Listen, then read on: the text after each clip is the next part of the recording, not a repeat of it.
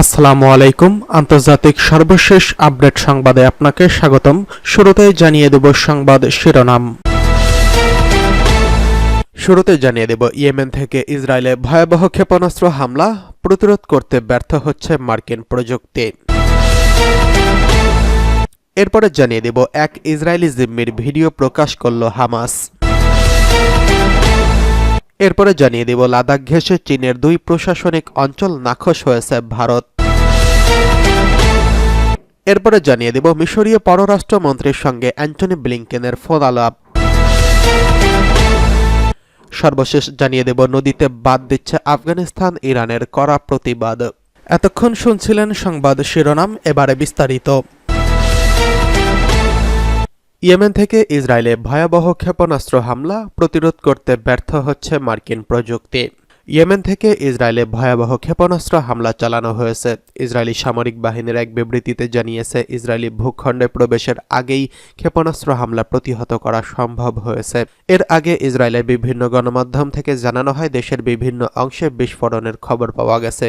একদিন আগেই হামাসের সামরিক শাখা কাসামস ব্রিগেড জানিয়েছে, তারা গাজা উপত্যকায় ইসরায়েলি বাহিনীর 4টি মেরকাবা ট্যাঙ্ক এবং হেলিকপ্টারে হামলা চালিয়েছে। এছাড়া জাবালিয়া এলাকায় হামলা চালানো হচ্ছে। এক বিবৃতিতে কাসামস ব্রিগেড দাবি করেছে, তারা একটি ইসরায়েলি হেলিকপ্টারের দিকে রকেট দিয়ে হামলা চালায়। গত বছরের 7 অক্টোবর ইসরায়েলের সীমান্তে প্রবেশ করে আকস্মিক হামলা চালায় ফিলিস্তিনের স্বাধীনতাকামী সংগঠন হামাস। এরপরেই গাজায় পাল্টা আক্রমণ চালায় ইসরায়েলি বাহিনী। গাজায় রীতিমতো ধ্বংসযজ্ঞ চালাচ্ছে ইসরায়েল। সেখানে মসজিদ, হাসপাতাল, আবাসিক ভবনসহ প্রায় সব স্থাপনায় ধ্বংসস্তূপে পরিণত হয়েছে।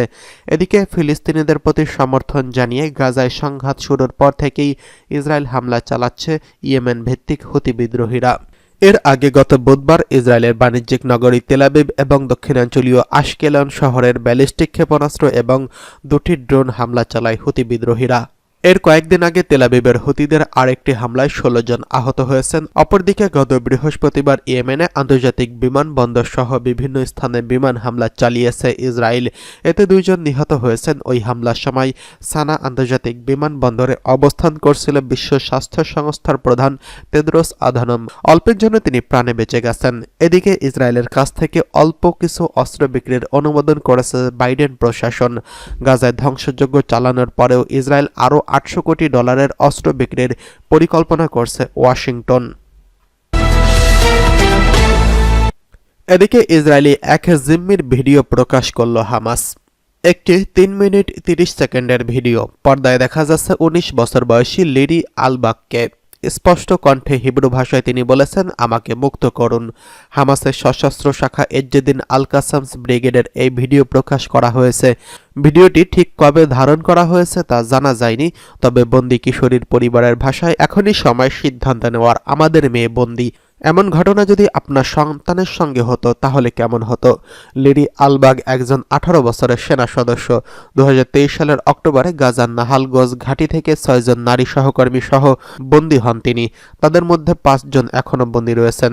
2023 সালে ইসরায়েলের আক্রমণ করে হামাস 251 জনকে জিম্মি করেছিল। বর্তমানে 96 জন গাজায় বন্দী রয়েছেন। এদিকে পরিবারের অনুমতি ছাড়াই ভিডিও প্রকাশ করা হয়েছে বলে দাবি করছে হোস্টেজস অ্যান্ড মিসিং ফ্যামিলিজ ফোরাম। সংগঠনটি বলেছে, এই ভিডিও প্রমাণ করছে যে বন্দীদের মুক্ত করা এখনই জরুরি। এদিকে লাদাখ ঘেঁষে চীনের 2 প্রশাসনিক অঞ্চল ঘোষণা, নিয়ন্ত্রণ হারাচ্ছে ভারত। ভারতের লাদাখ অঞ্চলের কিছু অংশ অন্তর্ভুক্ত করে হোতান প্রদেশে 2টি নতুন কাউন্টি বা প্রশাসনিক অঞ্চল প্রতিষ্ঠার ঘোষণা দিয়েছে চীন। এই সিদ্ধান্তের কড়া প্রতিবাদ জানিয়েছে ভারত। এই বিষয়ে মন্তব্য করতে গিয়ে ভারতের পররাষ্ট্র মন্ত্রণালয়ের মুখপাত্র রণধীর জয়সওয়াল বলেছেন, আমরা তেহরানের হোতান প্রদেশে 2টি নতুন কাউন্টি প্রতিষ্ঠার ঘোষণা দেখেছি। এই তথাকথিত কাউন্টিগুলোর কিছু অংশ ভারতের কেন্দ্র শাসিত। ঘটনাটি এমন এক সময় ঘটল যখন ভারত ও চীন উভয় সীমান্তে উত্তেজনা কমানোর চেষ্টা করছিল। গত বছর দুই দেশ একটি সামরিক চুক্তিতে পৌঁছানোর পর সম্পর্ক স্বাভাবিক করার প্রক্রিয়া শুরু হয়েছিল। সম্প্রতি চীন হোআন কাউন্টি এবং হেকাং কাউন্টি নামে দুটি নতুন কাউন্টি প্রতিষ্ঠার ঘোষণা দিয়েছে। এর প্রতিক্রিয়ায় ভারত জানিয়েছে, আমরা কখনোই এই অঞ্চলে চীনের অবৈধ দখল মেনে নেইনি। রণধীর জয়সওয়াল আরও বলেন, চীনের নতুন কাউন্টি প্রতিষ্ঠা ভারতের দীর্ঘকালের অবস্থানের উপর কোনো প্রভাব ফেলবে না এবং চীনের অবৈধ দখলকে বৈধতা দেবে না। উল্লেখ্য, 2020 সালের মে মাসে ভারত চীন সীমান্তে দুই দেশের সেনাদের মধ্যে সংঘর্ষের পর উত্তেজনা চরমে পৌঁছায়। সেই সময় থেকে সীমান্ত নিয়ে টানপোড়েন চলছিল। ভারত জম্মু ও কাশ্মীরকে বিভক্ত করে লাদাখকে পৃথক কেন্দ্রশাসিত অঞ্চল হিসেবে ঘোষণা করার পর পরিস্থিতি আরও জটিল হয়ে ওঠে। যদিও গত বছরের শেষের দিকে একাধিক কূটনৈতিক বৈঠকের মাধ্যমে উত্তেজনা কিছুটা কমে, তবে চীনের সাম্প্রতিক ঘোষণা সেই সম্পর্কের নতুন চ্যালেঞ্জের মুখে ফেলেছে। এদিকে অ্যান্টনি ব্লিংকেনের আলোচনা হলো মিশরীয় পররাষ্ট্রমন্ত্রীর সঙ্গে। হামাস ও ইসরায়েলের মধ্যে চলমান জিম্মি আলোচনার বিষয়ে মিশরীয় পররাষ্ট্রমন্ত্রী বদর আবদেলাত্তির ফোন কলে কথা বলেছেন মার্কিন পররাষ্ট্রমন্ত্রী অ্যান্টনি ব্লিংকেন। এক বিবৃতিতে এটি নিশ্চিত করেছে স্টেট ডিপার্টমেন্ট। গাজায় যুদ্ধবিরতি এবং জিম্মি মুক্তির চুক্তির জন্য কাতারের পুনরায় আলোচনা শুরু হওয়ার পর এই ফোন কলের খবর এলো। এক প্রতিবেদনে এই খবর জানিয়েছে টাইমস অফ ইসরায়েল। হোয়াইট হাউসের এক রিড আউটে বলা হয়েছে, ব্লিংকেন এবং আবদেল সিরিয়ার আসাদ পরবর্তী পরিস্থিতি নিয়ে আলোচনা করেছেন। এতে আরও বলা হয়েছে, পররাষ্ট্রমন্ত্রী গাজায় একটি যুদ্ধবিরতিতে পৌঁছানোর সর্বোচ্চ চলমান প্রচেষ্টার উন্নয়ন নিয়ে আলোচনা করেছেন, যা জিম্মিদের মুক্তি নিশ্চিত করে গাজায় মানবিক সহায়তা প্রবাহ বৃদ্ধি করে যুদ্ধের অবসান ঘটাবে। দুই শীর্ষ নেতা সিরিয়ার পরিস্থিতি নিয়ে আরও আলোচনা করেছেন। ব্লিংকেন একটি প্রতিনিধিত্বমূলক এবং জবাবদিহিমূলক সরকারকে অন্তর্ভুক্তিমূলক সিরিয়ার নেতৃত্বাধীন এবং সিরিয়ার মালিকানাধীন শান্তিপূর্ণ রাজনৈতিক উত্তরণের জন্য মার্কিন সমর্থনের পুনর্নিশ্চিত করেছেন। ব্লিংকেনের এই অঞ্চলের শান্তি রক্ষার জন্য মিশর যেই নতুন ভূমিকা পালন করে চলেছে তার জন্য কৃতজ্ঞতা প্রকাশ করেছেন। মার্কিন মিশর কৌশলগত অংশীদারিত্বের গুরুত্বের উপর জোর দিয়েছেন। হামাস পরিচালিত গাজার স্বাস্থ্য মন্ত্রণালয়ের মতে, গাজায় যুদ্ধ ইসরায়েল 45,500-র বেশি ফিলিস্তিনিকে হত্যা করেছে। গাজায় 2.3 মিলিয়ন লোকের বেশিরভাগই বাস্তুচ্যুত হয়েছে এবং ক্ষুদ্র উপকূলীয় এলাকায় বেশিরভাগ ধ্বংসস্তূপে পরিণত হয়েছে। এদিকে নদীতে বাঁধ দিচ্ছে আফগানিস্তান, ইরানের কড়া প্রতিবাদ। তালেবান শাসিত আফগানিস্তানের একটি নদীর বাঁধের নির্মিত প্রকল্পের প্রতিবাদ জানিয়েছে প্রতিবেশী দেশ ইরান। পাশদান বাঁধ প্রকল্প নামে একটি বাঁধ নির্মাণের কাজ চলছে, জানিয়ে ইরান উদ্বেগ প্রকাশ করছে।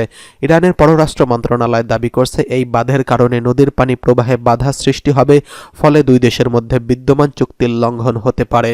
এএফপির প্রতিবেদনে বলা হয়েছে, ইরান ও আফগানিস্তানের মধ্যে 900 কিলোমিটার দীর্ঘ সীমান্ত রয়েছে।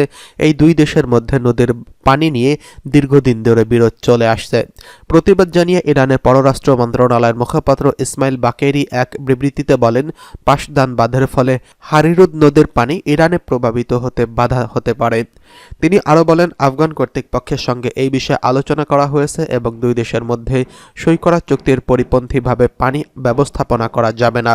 অপরদিকে গত মাসে আফগানিস্তানের অর্থনীতি বিষয়ক উপপ্রধানমন্ত্রী আব্দুল গনি বারদার এক ভিডিও বার্তায় জানিয়েছেন, পাশদান প্রকল্প এখন প্রায় সম্পন্ন।